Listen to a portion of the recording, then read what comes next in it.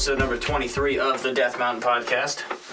We apologize in advance that it's not 9 a.m. on Saturday that you're watching this, because your boy here was stuck up in the mountains because some guy had to get in an accident with 3 semis and back up traffic for like 3 or 4 or 5 hours, and yeah, so, recording now. Yep, and none of us could really sub in for him because this is literally his studio. I kind of live here, so yeah, that made it a little bit more difficult, but we're back. We'll be more consistent moving forward on Saturday. On the plus side, this is the closest it will be to being live. That's true. By far the closest you'll ever get to being live. This is going to go up like as soon as possible. Mm-hmm. So, something that's actually probably good that this gave a little bit more time to record this, because information in the news sector, Facebook, obviously something that's being talked about a lot. Oh, yeah, it's everywhere. Zuckerberg had to testify. He didn't have to. He agreed to testify before Congress. Definitely quite the scene that we saw the last couple of days. Lots of interesting questions. Yeah, exactly. Whether or not there might be or may not be a paid version of Facebook into the future. Whether or not different information on different political backgrounds or beliefs are being censored. Like, there's just a lot of... apparently there was a question about where Zuckerberg, if they could like track where Zuckerberg slept in like some hotel or something. I don't know. There's some weird stuff. A lot of action. They had to explain how the internet worked a lot too. Yeah, and Zuckerberg played it pretty straightforward. It was pretty good. So we'll see what changes come down the pike for the old Zuck. The old Facebook too. Zuck and his Facebook. But yeah, it's not that he did pretty good. He didn't have to do it. He did it out of just him being a business owner. I'm actually impressed at how he's Facebook stock actually went up with all of it too. It's actually been successful throughout the whole testimony. He's been evasive on a few, and that's getting a lot of media attention. But for most of it, he's actually straight down the middle. Good. And the ones that he was evasive on, it could have been just due to the fact that like there's just some information you don't want to release yet. Fair. Like there's a lot of different factors behind that. But I mean, he's a business owner. He can't tell you everything that he's going to do. Yeah. Especially when he's been required to be there. It's true. But there's that information. Well, you know, if anything crazy comes up from that. Transitioning to one of our favorite companies. This guy here is actually wearing a jacket on it. AMD releasing a new line of processors. Yep. Ryzen 2nd generation, not to be confused with Ryzen 2 architecture. More on that later. So, AMD is always confusing that way. We got 2 8-core processors and 2 6-core processors. And no, it is not the Ryzen 7 2800X. No, that's... also more information to come. Yep, more on that later, because it's gone. Because the 1800X was the flagship of last generation. It had the 4 gigahertz boost clock, and it started at $500. But get this, the Ryzen 2nd generation, 2700X, is 3.7 gigahertz base with a 4.3 gigahertz boost, and that processor costs $330. And then the lower end 2700 is also there, and that will be $300, and slightly slower clock speeds there, 3.2 to 4.1, and that will vary a little bit more because of the thermal dissipation, and rating on that is like 55 or 65 watts compared to 95 or 105. They're a little bit higher on the X series, just like last generation. Mm-hmm. And those are the Ryzen 7 2700 series, the 8-core 16-thread. And then there's the Ryzen 5s, which are basically direct replacements of the last generation. The 2600X, which will cost the same price as the original 2600 at $230. 3.6 gigahertz base, 4.2 boost. And the 2600 will be 3.4 gigahertz base, boosted to 3.9. Those are much better clock speeds than last generation, considering... And that one's also $30 less. Oh, yes. So where the X versions are just $30 more. It's basically, it's right on the 100. At that point, might as well just get the X version. 200, 300 versus 230 and 330. But see, the thing here about the X versions, last generation, a lot of people skipped on those. The 1600 was the most best-selling processor for AMD. So the thing about that is all the processors capped out at 4 gigahertz, and they all basically had the same cooler if they had one. And the X series didn't even come with the cooler in most cases.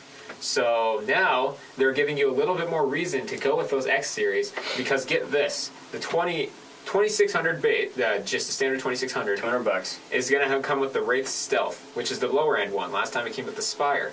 So it's going to be a little bit worse for overclocking, especially with the higher clock speeds. The Wraith Spire comes with the 2600X and the 2700. So the 2700 comes with an RGB model. So of course, so it'll be faster. It's just faster by default. That's just how it works. And the 2600X didn't even have one last time. It's like put stickers on the car. It's just 3 horsepower.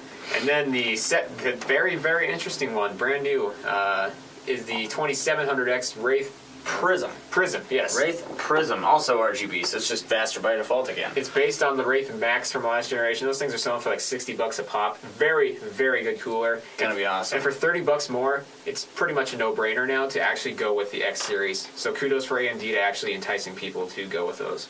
And essentially why we were saying that the 2800X is going to be talked about a little bit later is because that they're holding back on that for now. They're going to hold off until the announcement of what Intel is going to be doing with their 8-core Coffee Lake. Yes. So once we get information on Coffee Lake's 8-core processor from Intel, AMD will announce their Ryzen 7 2800X Yep. processor.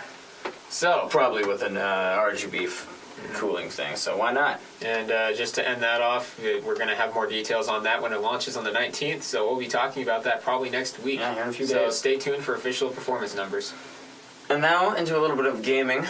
Something pretty cool. It's essentially it's not a full remaster, but they're essentially just like a glorified port, if you will. Yes. Shenmue 1 and 2 is coming to PS4, Xbox One, and PC. Yes. Pretty much no reason to play it anymore with the Xbox One, but it's Always. pretty cool. It sounds like there's going to be a fully scalable screen resolution. It's not a full remaster, but something where it won't be those really adjust blurry like 574p that you can't adjust on a crazy on a high PC. resolution. Yeah, exactly. So that'll be pretty cool. Available retail and digitally from both PlayStation and Xbox stores, as well as on Steam. It is retail too. Oh, nice. So that'll be pretty cool. It was first launched in '99, Yep. and then the sequel in 2001. So this will be pretty sweet. Of course. And then another crazy thing that happened. Fortnite went down for an entire day, and we lost our minds here at DMP. Of course. What do you think we're going to do then? Just watch Fortnite YouTubers? That's actually exactly all we did. Yep. Practically 24 hours, just non-stop YouTube videos of his favorite guy. Allie. No. Just no.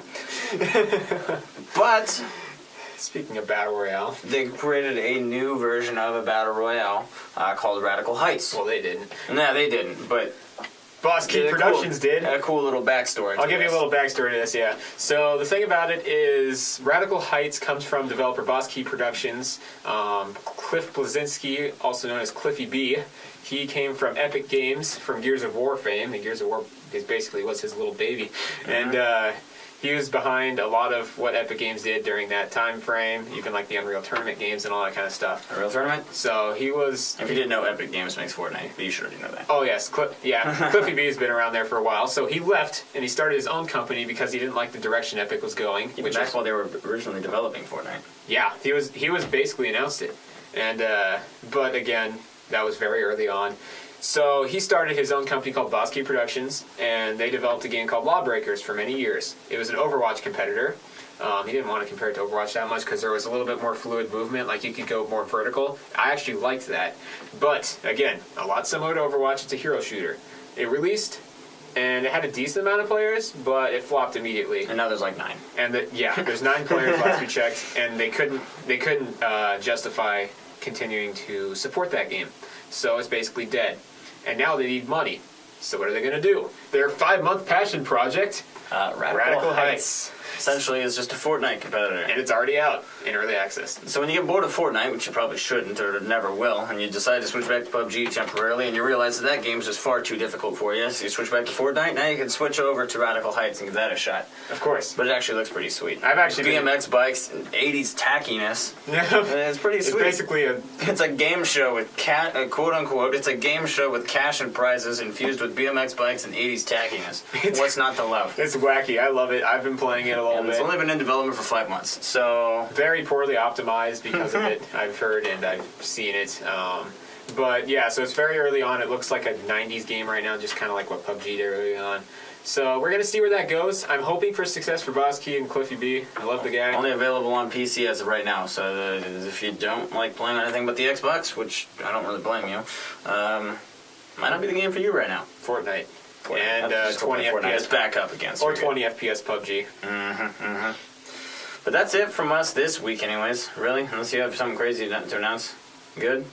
Oh yeah, go get your free decryptors on Rocket that's League. right, Rocket League. I suck at the game, because so. my UI literally disappeared during ranked matches because of stuff like that. They're giving us these free decryptors, so go grab those and go open some crates for free. if you played during the broken update. Otherwise, you don't get anything. So, sucks to suck for you guys.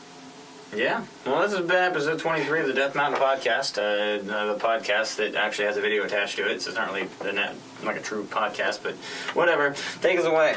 All right. Like the video if you like it. Dislike it if you didn't. Leave a comment below if your feelings are more complicated than this. Ricardo, you just want to complain? Make sure to subscribe if you haven't already. We're getting people new and old. Actually, that doesn't even make sense. We're getting people we don't. We're getting people that we don't know. We're getting people that we do know. So we appreciate you all. Share everything. Share it if you love it. It's free advertising for us. It helps us grow and it'll give you better quality content in the future. And click the notification bell as always to be first to our videos. And if YouTube is dumb and doesn't put us in your sub boxes, you will still see our content. That's true. Oh.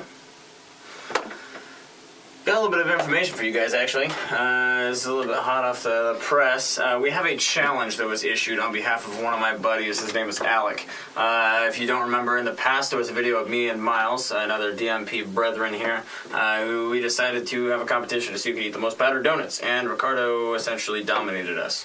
Pretty much ate twice as many donuts in half as much time. It was ridiculous. So he just kicked our teeth in. And then, so our buddy Alec was like, oh, that's easy. I can easily do that. And like, whatever. So he's issued the challenge. Ricardo has accepted. And at some point here, since you'll have the notification bell clicked, you'll get the notification as to when that actually becomes a thing, comes into fruition. However, you will get the notification to watch Alec versus half dozen powdered donut eating competition to see who, in fact, can eat it first. It sounds disgusting, I know. It was. I hated doing it. It was miserable. But I hate watching those videos, honestly. Brutal.